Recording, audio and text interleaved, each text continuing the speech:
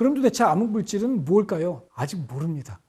안다면 우리가 암흑물질이라고 안 그럴 텐데 정체를 알지 못하고 보이지 않기 때문에 암흑물질이라고 부릅니다. 은하단 전체의 질량이 은하단 내에 속해 있는 은하들의 질량의 합보다 훨씬 더 크더라는 거예요. 또 은하단 내에는 굉장히 많은 알 수 없는 보이지 않는 물질들이 가득하구나.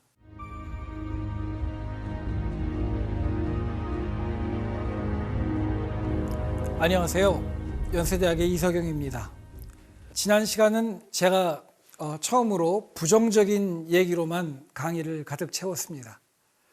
빅뱅 이론이 거의 수십 년에 걸쳐서 차근차근 여러 가지 냉소와 질시 속에서도 잘 발달을 해왔지만 치명적인 여러 가지 문제를 안고 있다는 말씀을 제가 드렸습니다. 예를 들자면 편평도의 문제의 경우 우주가 지금 대략 편평한 비슷한 값을 4%이지만 갖고 있는데 그 값을 갖고 이렇게 137억 년이나 멋지게 살아올 확률이 굉장히 적다는 뜻입니다. 우주의 아주 초기 시점에 얼마나 정교하고 정확하게 임계 밀도와 비슷한 값을 가져야 하는데 도대체 그 이유를 저희들이 과학적으로 알 수가 없다는 것이 문제였죠. 지평의 문제, 양쪽 하늘끝이 똑같은 정보를 갖고 있는 것 이해할 수 없다고 했죠. 그리고 또 우주 공간이 거대한 규모로는 아주 기괴하게 휘어 있다고 우리가 인정을 하든지, 혹은 아니면 우리가 아직도 우주의 총 에너지 밀도를 다 올바로 파악하고 있지 못한 것은 아닐까 하는 질문을 하게 됩니다.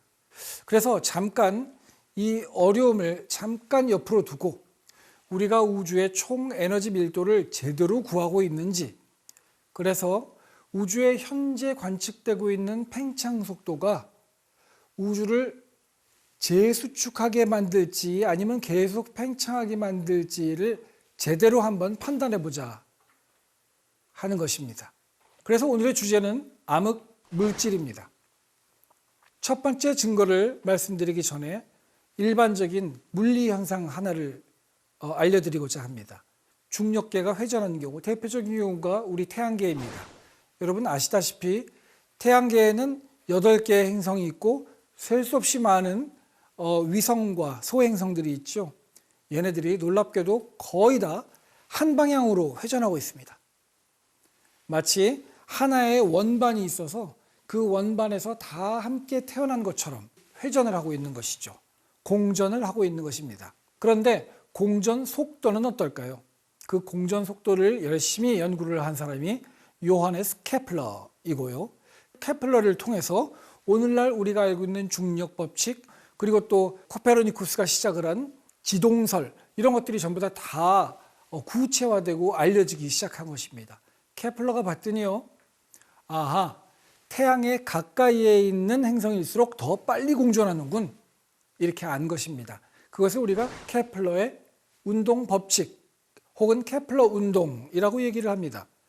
제가 여기 표를 하나 갖고 왔는데요, 수성의 경우에는 태양에 굉장히 가까이 있기 때문에 막 빨리 돌지 않으면 태양의 중력장 내에 함몰하고 맙니다. 그래서 초속 47km의 속도로 빠르게 공전을 합니다.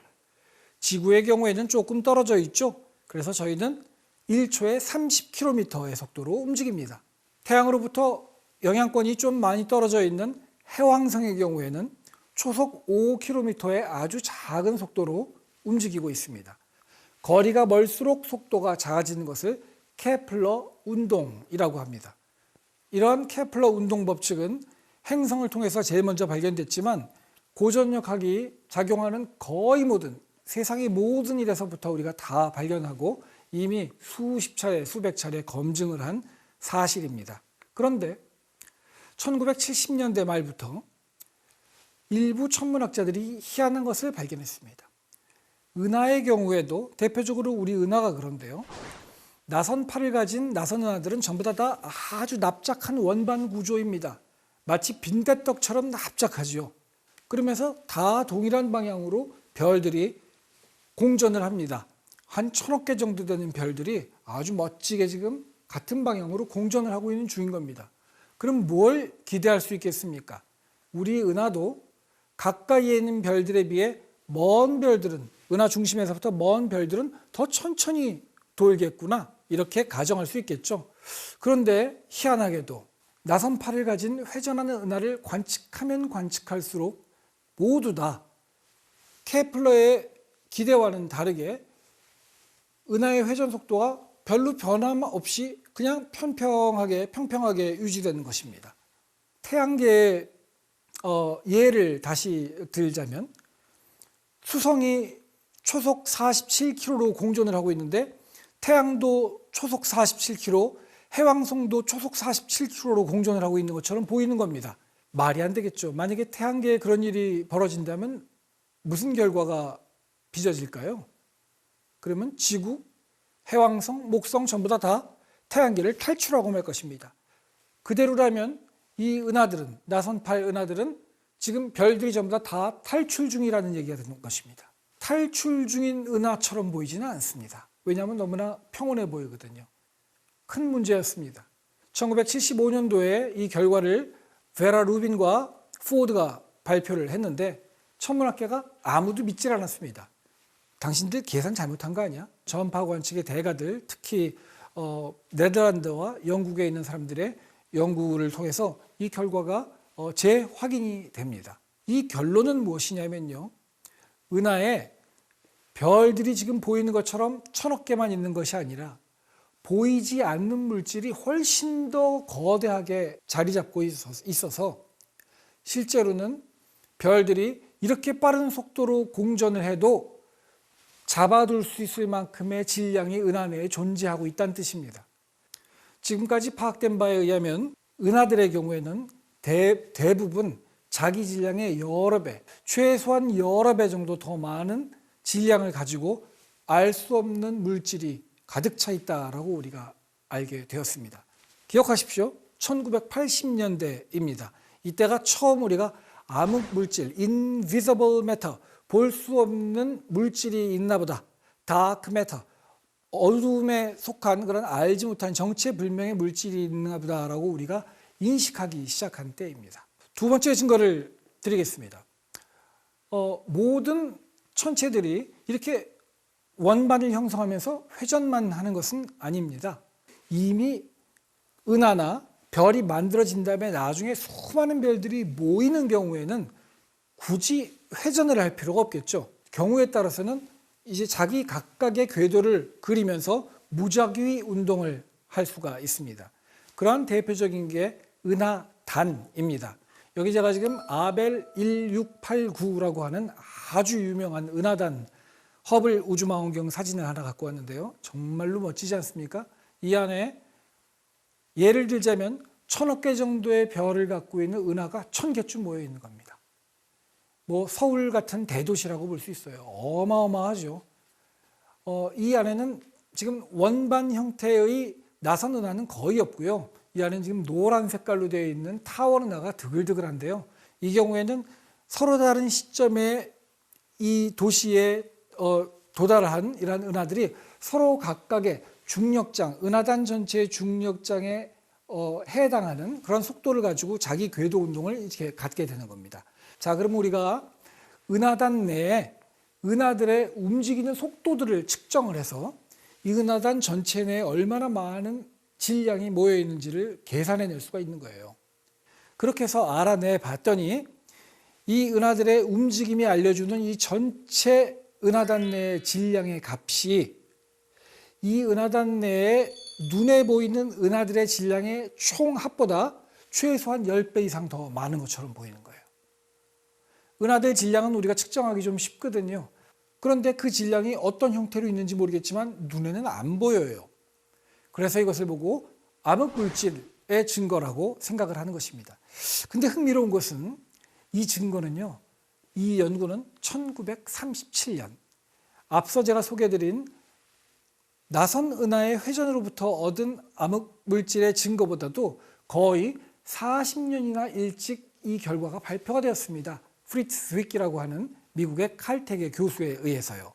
그런데 1937년도에 이 발표를 했을 때 아무도 이분의 논문을 눈여겨보지를 않았습니다. 나중에 1970년대 말에 나선은하가 회전하는 것으로부터 암흑 물질에 대한 증거를 찾은 천문학계가 그제서야 기억을 하게 된 겁니다. 그래서 이제 암흑 물질의 연구의 증거가 이제 속속들이 밝혀지게 된 것입니다. 마지막 개념 제가 소개해드리고자 하는 개념은 중력 렌즈라는 흥미로운 개념입니다.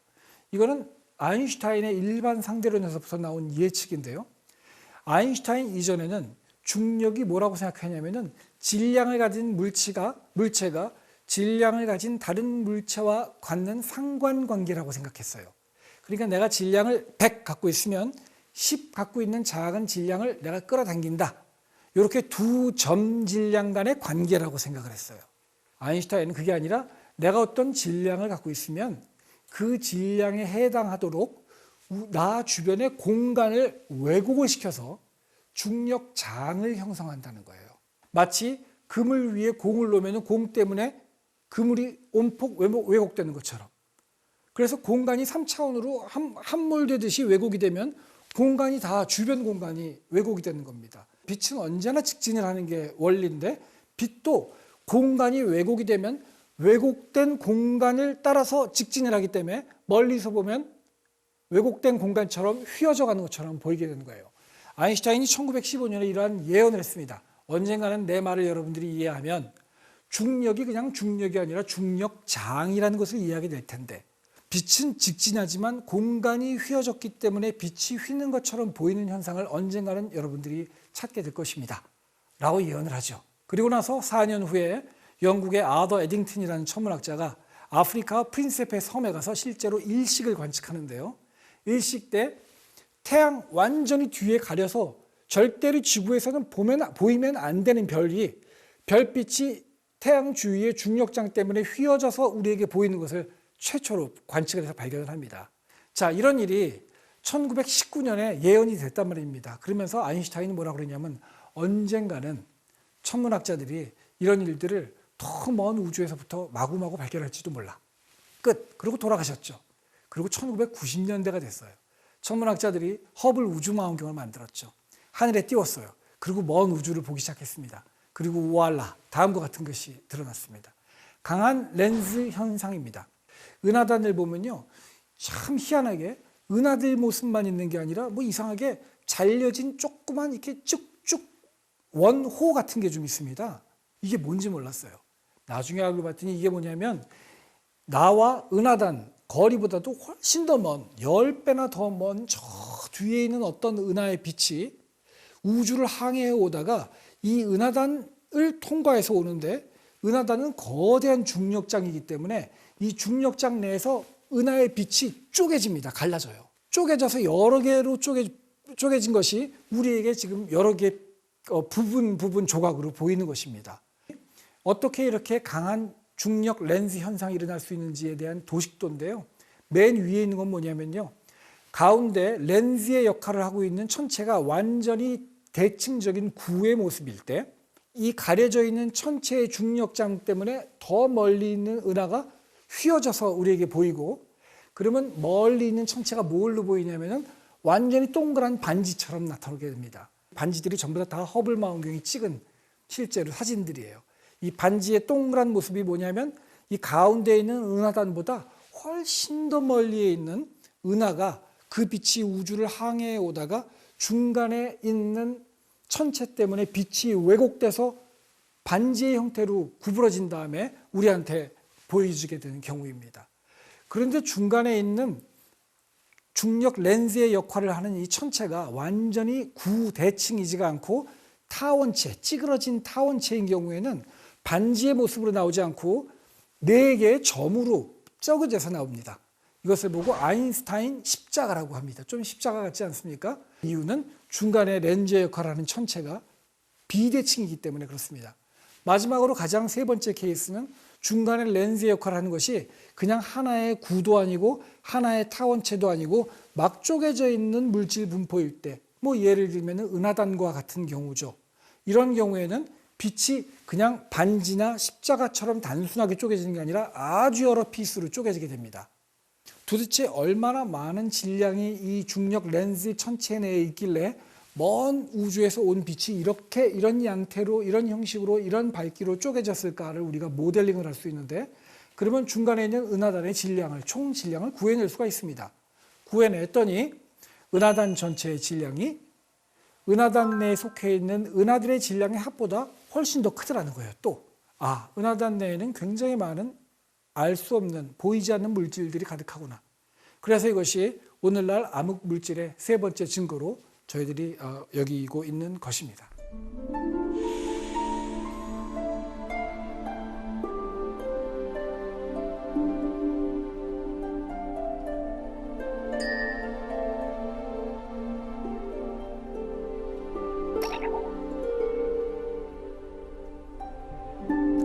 그럼 도대체 암흑 물질은 무엇일까요? 아직 모릅니다. 안다면 우리가 암흑 물질이라고 안 그럴 텐데, 정체를 알지 못하고 보이지 않기 때문에 암흑 물질이라고 부릅니다. 초기 우주에 만들어졌던 입자들이 오늘날 화석으로 우주에 아주 굉장히 많이 남아 있어서 그것이 암흑 물질이 아닐까, 이런 지금 예측도 하고 있고요. 차가운 암흑 물질 중에 도대체 어떤 것이 진짜 암흑 물질의 최상의 후보일까는 제 예상으로는 앞으로 아마 한 30년 내에 입자 가속기에서 아주 중요한 증거가 나오지 않을까, 이렇게 생각을 합니다. 다음 시간에는 암흑 에너지 얘기를 함께 해보겠습니다.